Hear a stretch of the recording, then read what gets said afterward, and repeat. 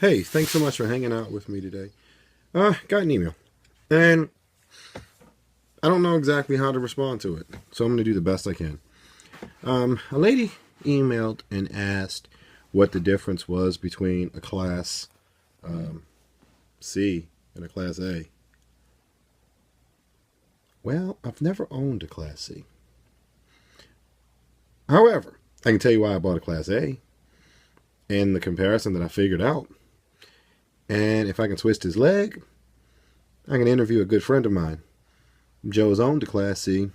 Maybe he can give you a little bit more information. However, this video is going to be pretty biased in a way, but I think it can give you the information that you're looking for. So here we go. Class A versus a Class C. Biggest thing is one looks like a van in the front, the other one looks like a bus. Biggest difference between the two. If I'm not mistaken, both of them can come gas or diesel. And most of them are going to be like V10s, unless there's a Dodge motor out there that they're using, or a Dodge chassis, I should say.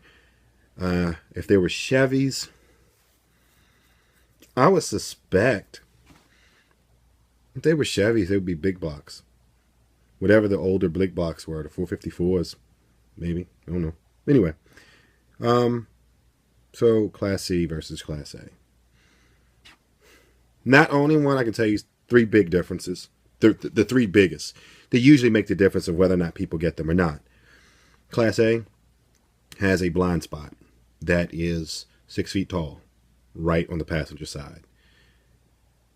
And I don't know how to explain this other than to say, if a car gets over there, and I'm talking about Cadillac size, it can disappear on your passenger side, like completely gone. You don't see it.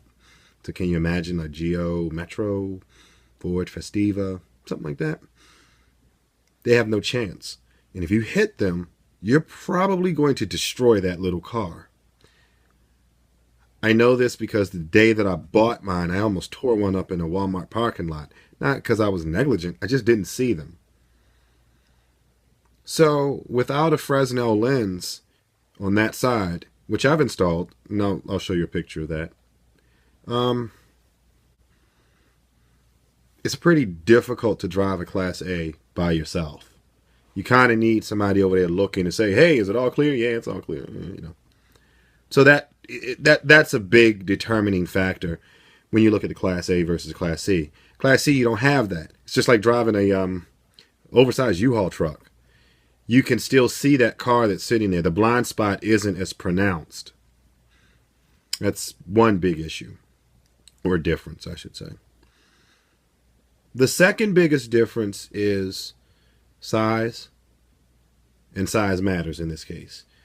For somebody who is maybe a senior, your first coach, in some respects, a couple that doesn't have children, Class C is not a bad option. And the reason why I say size matters is because if it has a malfunction, if it breaks down, if it has an issue, loses a transmission, can we go on and on and on about the things that happen with our coaches? If you're an older person, if you're, a newbie, if you're in a really, really, really remote area, you want to be able to get your vehicle fixed. The moment that you pull in with a Class A, no matter how easy the situation, you're looking at paying more money because of the size of the vehicle. The Class C, you pretty much can pull into any dealership and they can get you straight. Midas or something like that. They can pop a part on and you kind of keep it moving. Class A is not always that simple. Towing, you're still going to need a big truck to tow it, but at least you don't need a monster to tow it. You need something that can at least lift 50, almost 60,000 pounds to come tow a Class A.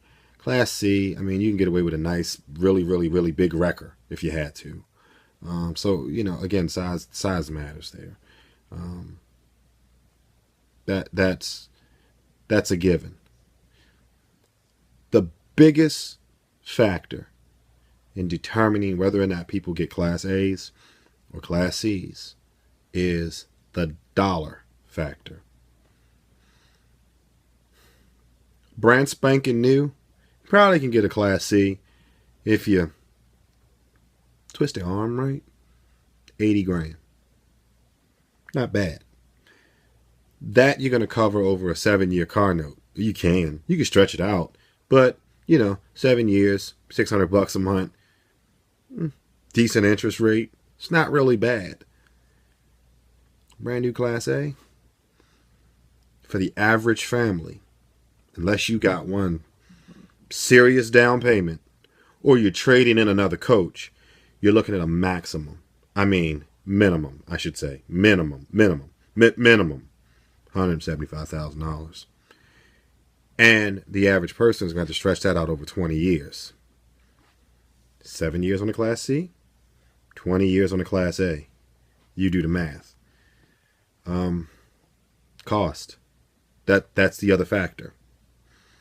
So, ease of driving it would make a Class C, desirable. Size.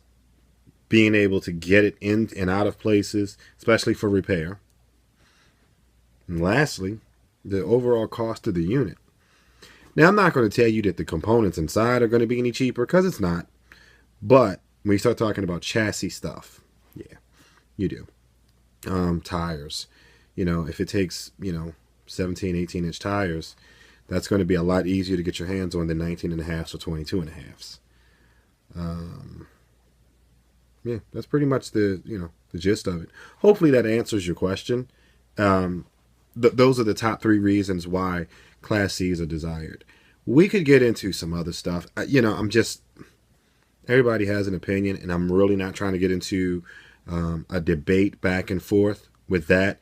But those 3 things right there are the driving factor of whether or not you get a Class A or a Class C. And, it just really, really depends. So, thank you so much. I hope that answered your question. I hope that answered somebody else's question. I just figured I'd post it because you just kind of never know. And some people just want a bare bones basic answer, and that's about as basic as I can get. Like I said, if I can twist Joe's arm to get on and we talk about it a little bit, he can give you so much more information in depth about the differences because he's owned both.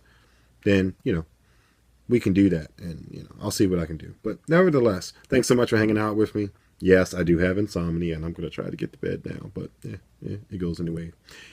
Talk to you later. Thanks so much for hanging with the Hazes. Hey, y'all. Thank you so much for watching. If you have any questions or comments, feel free to hit us up at the email address listed, hanginwiththehazes@gmail.com. Again, thank you, and may God bless you. Look forward to hearing from you soon.